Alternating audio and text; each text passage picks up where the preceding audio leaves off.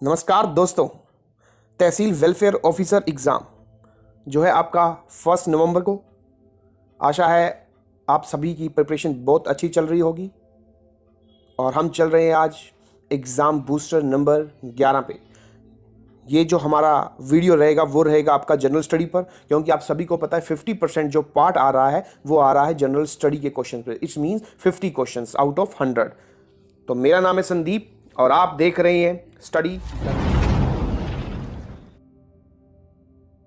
इससे पहले HPPSC Himachal Pradesh administrative services जो कि न्यू बैच हम स्टार्ट कर रहे हैं, टारगेट 2021। जी हाँ, 2021 ये होगा हमारा इंटीग्रेटेड बैच और स्टार्टिंग फ्रॉम 5 नवंबर। और फीस बिल्कुल नॉमिनल होगी 9,999। जी हाँ, इसमें हम प्रीलिम्स और आपको मेंस का करवाएंगे, बहुत ही इम्पोर्टेंट। तो जो भी बच्चे, जो भी स्टूडेंट इच्छुक हों तो वो इनरोल करवा सकते हैं। आपकी स्क्रीन पर आपके आगे मोबाइल नंबर है। और ये हमारा टोटली बैच जो होगा टोटली फोकस्ड ऑन सक्सेस, क्योंकि काफ़ी बच्चे बहुत बार एग्ज़ाम दे चुके हैं। कई बच्चे कहते हैं सर हम लास्ट 5 ईयर से एग्ज़ाम दे रहे हैं, लगभग उतना ही हमारे मार्क्स रह रहे हैं, कोई भी आगे मार्क्स हमारी डेवलपमेंट नहीं हो पा रही है हमारी स्टडी में। तो आपको विद इन 10 to 15 डेज़ में ही ये दिखने लग जाएगा कि वाकई हम इस एग्ज़ाम के लिए बने हैं, नहीं हम किस तरीके से क्वालिफाई कर पाएंगे। तो इस एग्ज़ाम बूस्टर में हम हिस्ट्री के, ज्योग्राफी पे, इंडियन पॉलिटी पे, इकोनॉमी पे, आर्ट एंड कल्चर पे और लास्ट में हिमाचल प्रदेश जीके के क्वेश्चंस हम लेकर आए हैं। और ये वो क्वेश्चन हैं जो प्रीवियस ईयर एग्ज़ाम में बहुत बार पूछे गए हैं या फिर इनके पूछे जाने की बहुत ही ज़्यादा पॉसिबिलिटी है। तो आज आपके जितने भी क्वेश्चन ठीक हो जरूर कमेंट करके बताइए कि आपके कितने क्वेश्चन ठीक हुए, जिससे हमें पता चल पाए और आपको पता चल पाए कि आपका लेवल क्या चल रहा है। तो चलते हैं हम आज के फर्स्ट क्वेश्चन की ओर। What is the name of the fort built by the English in Calcutta? जी हाँ, उन्होंने कौन सा, कैलकाटा में अंग्रेजों ने कौन सा किला बनवाया? अगर यहाँ पर बात की जाए, आपके आगे 4 ऑप्शन है, Fort Saint David Fort, Saint Andrew Fort, William और फोर्ट विक्टोरिया। जी हाँ, बहुत ही पॉपुलर क्वेश्चन है, काफ़ी बार पूछा जा चुका है और मुझे उम्मीद है आपको इसका आंसर भी पता होगा। तो चलते हैं हम इसके आंसर की और आपको 5 सेकंड मिलेंगे इसको सोल्व करने के लिए। तो चलते हैं question number 3, fort William is the right answer. और आपको पता ही होगा यहीं पर बाद में ICS की ट्रेनिंग भी दी जाती थी उस जमाने में। चलते हैं अपने क्वेश्चन नंबर 2 की ओर। In which session of the Indian National Congress was Purna Swaraj adopted as its legal, अगर बात की जाए इट्स गोल, तो कौन से भारतीय नेशनल कांग्रेस जो थी उसके कौन से सेशन में पूर्ण स्वराज अडॉप्ट किया गया? आपके आगे 4 ऑप्शन है, बॉम्बे, लखनऊ, कलकत्ता एंड लाहौर। जी हाँ, इसका जो एब्सोल्युटली राइट आंसर है वो आपका option number 4, Lahore is the absolutely right answer. चलते हैं अपने क्वेश्चन नंबर 3 पर। Who founded the Indian national party in Berlin during 1914? तो जी हाँ, इसका जो बिल्कुल आप देख सकते हैं 4 ऑप्शन, सुभाष चंद्र बोस। जी हाँ, सुभाष चंद्र बोस गए थे, लेकिन 1914 की बात की तो 1921 के आसपास तो उन्होंने ICS का एग्जाम क्रैक किया था जिसमें उनकी 3rd रैंक आई थी। तो ये तो बिल्कुल भी नहीं है। तो WC बनर्जी, सुरेंद्र नाथ बनर्जी और हमारा जो 4th ऑप्शन है वो है चंपा करमन पिल्लई। तो जी हाँ, इसका जो बिल्कुल राइट आंसर है वो आपका ऑप्शन 4, हमारे पिल्लई जी, एब्सोल्युटली राइट आंसर। चलते हैं क्वेश्चन नंबर 4 की ओर। सोशलिज्म, सबको पता होगा, बहुत ही important word. Socialism is essentially a movement of, तो सोशलिज्म किस चीज का अगर हम बात की जाए मूवमेंट था? Intellectuals, the poor peoples, the middle classes और द वर्कर्स। तो इसका जो बिल्कुल सही जवाब है वो है, आपको पता होगा सोशलिज्म जो था वो था मिडिल क्लास का, मध्यम वर्ग का। तो option 3 is the right answer. चलते हैं हम अपने नेक्स्ट क्वेश्चन पर। Who was the Congress president during 1940 to 1946? जी हाँ, इस क्वेश्चन की बात की जाए, देखो ये अपने आप में इंपॉर्टेंट क्वेश्चन क्यों है, क्योंकि इस टाइम सेकंड वर्ल्ड वार हो चुका था, स्टार्ट हो चुका था 1939 से। तो उस दौरान सेशन ही नहीं हुए, कांग्रेस सेशन ही नहीं हुए ड्यू टू वर्ल्ड वार 2।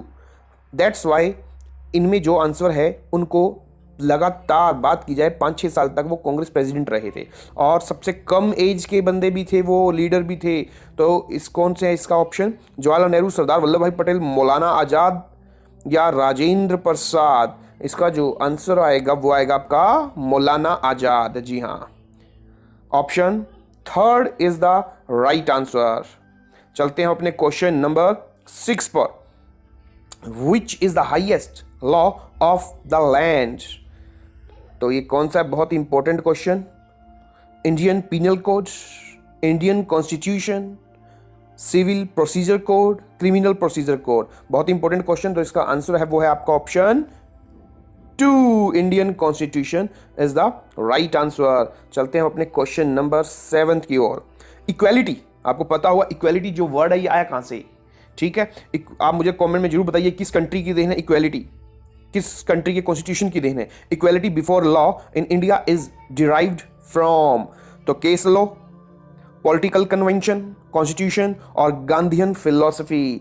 तो इसका जो बिल्कुल सही जवाब आएगा वो आएगा, मैंने आपको शुरू में ही बता दिया, तो नेचुरली ऑप्शन 3 कॉन्स्टिट्यूशन। थर्ड, चलते हैं क्वेश्चन नंबर 8 की ओर। A law made by the judiciary is known as, देखिए जो भी कोई जुडिशरी लॉ बना देती है तो वो क्या कहा जाता है, उसको किस तरीके से हम जानते हैं। तो आपके आगे 4 ऑप्शन है, ordinary law, case law, rule of law, administrative law. तो जो है इसका बिल्कुल राइट आंसर वो है आपका ऑप्शन 3, रूल ऑफ लॉ। तो 8 का हमारा 3, सॉरी यहां पर थोड़ी सी मिस्टेक हो गई है, इसको रूल ऑफ लॉ नहीं बोलेंगे बल्कि हम इसे बोलेंगे केस लॉ। जी हाँ, case law is the right answer. तो ये था आपका 8 का 2। चलते हैं हम क्वेश्चन नंबर 9 की ओर।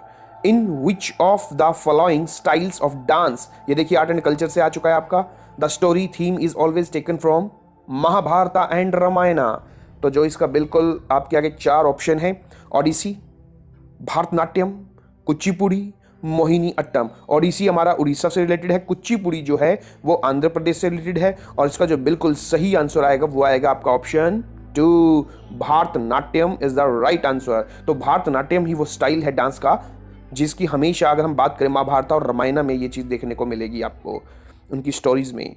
चलते हैं क्वेश्चन नंबर 10 की ओर। Who among the following is not known for the popularizing thumri form of Indian music? तो इसके आगे आपके 4 ऑप्शन है, बहुत ही इंपॉर्टेंट। तानसेन, अमीर खुसरो, नवाब वाजिद अली शाह एंड सिद्धेश्वरी देवी। तो इसका जो आंसर है वो है आपका 2nd, जी हाँ, Amir Khusro is the right answer.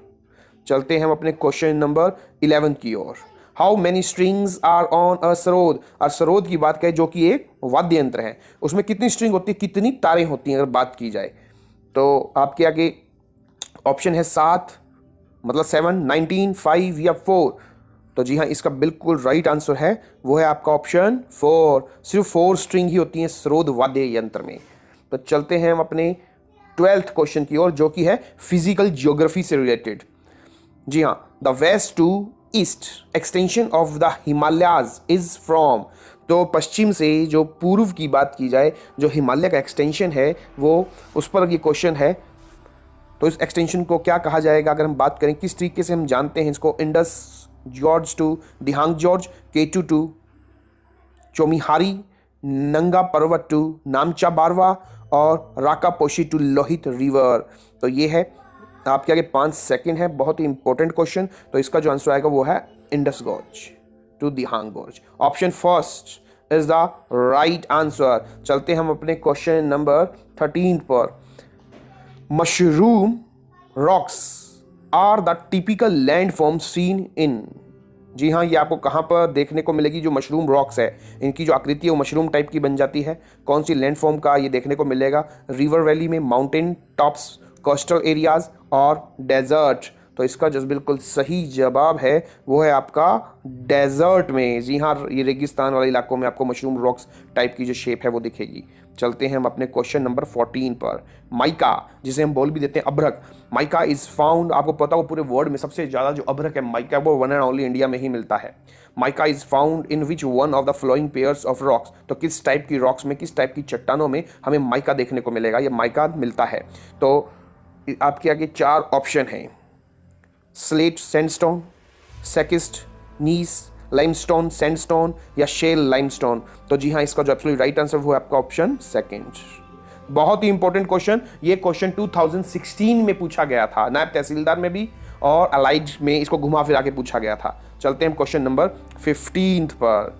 A camera in the hands of professional photographer is आपको पता होगा निकॉन के जो कैमरा है लगभग वो प्रोफेशनल फोटोग्राफर के आपको मिल जाएंगे 4-5 लाख रुपए के जो आते हैं, बहुत ही बढ़िया कैमरा जिन पर पिक्सल बहुत ज़्यादा मिलेंगे आपको। काफ़ी उसकी हाई रेजोल्यूशन है। तो जो फोटोग्राफर में मिलेगा वो क्या है कि डैश गुड, वो किस चीज़ का अगर बात की जाए तो यहाँ पर जो है आपका फ्री, इंटरमीडियरी, कंज्यूमर या कैपिटल। तो इसका जो बिल्कुल सही जवाब है वो है आपका option 2, intermediary. Option 2 is the right answer. चलते हैं हम अपने क्वेश्चन नंबर 16 पर। The first computer made available for commercial use was, जो पहला कंप्यूटर बना कॉमर्शियल यूज के लिए वो कौन सा था? मैनिएक, इनिएक, यूनिवैक और एडसेक। तो इसका जो बिल्कुल सही जवाब है वो है आपका ऑप्शन 3, यूनिवैक। जी हाँ, यही कॉमर्शियल यूज के लिए सबसे पहला कंप्यूटर है ये जो अवेलेबल हुआ मार्केट में, ऑप्शन 3। चलते हैं क्वेश्चन नंबर 17 पर। इनडायरेक्ट टैक्स मीन्स, आपको पता होगा कि एक डायरेक्ट टैक्सेस होते हैं और कुछ इनडायरेक्ट टैक्सेस होते हैं। तो यहाँ पर इनडायरेक्ट टैक्सेस का मीन्स क्या है? यहाँ पर आपके 3 ऑप्शन ही है, आपने 3 में से बताना है इसका आंसर क्या होगा। तो इसका जो आंसर है, मैं सीधा चलता हूँ, आप देख लीजिए, 2 सेकंड का टाइम। जी हाँ, चलते हैं इसके आंसर पे। Option first, indirect tax means option first is the right answer.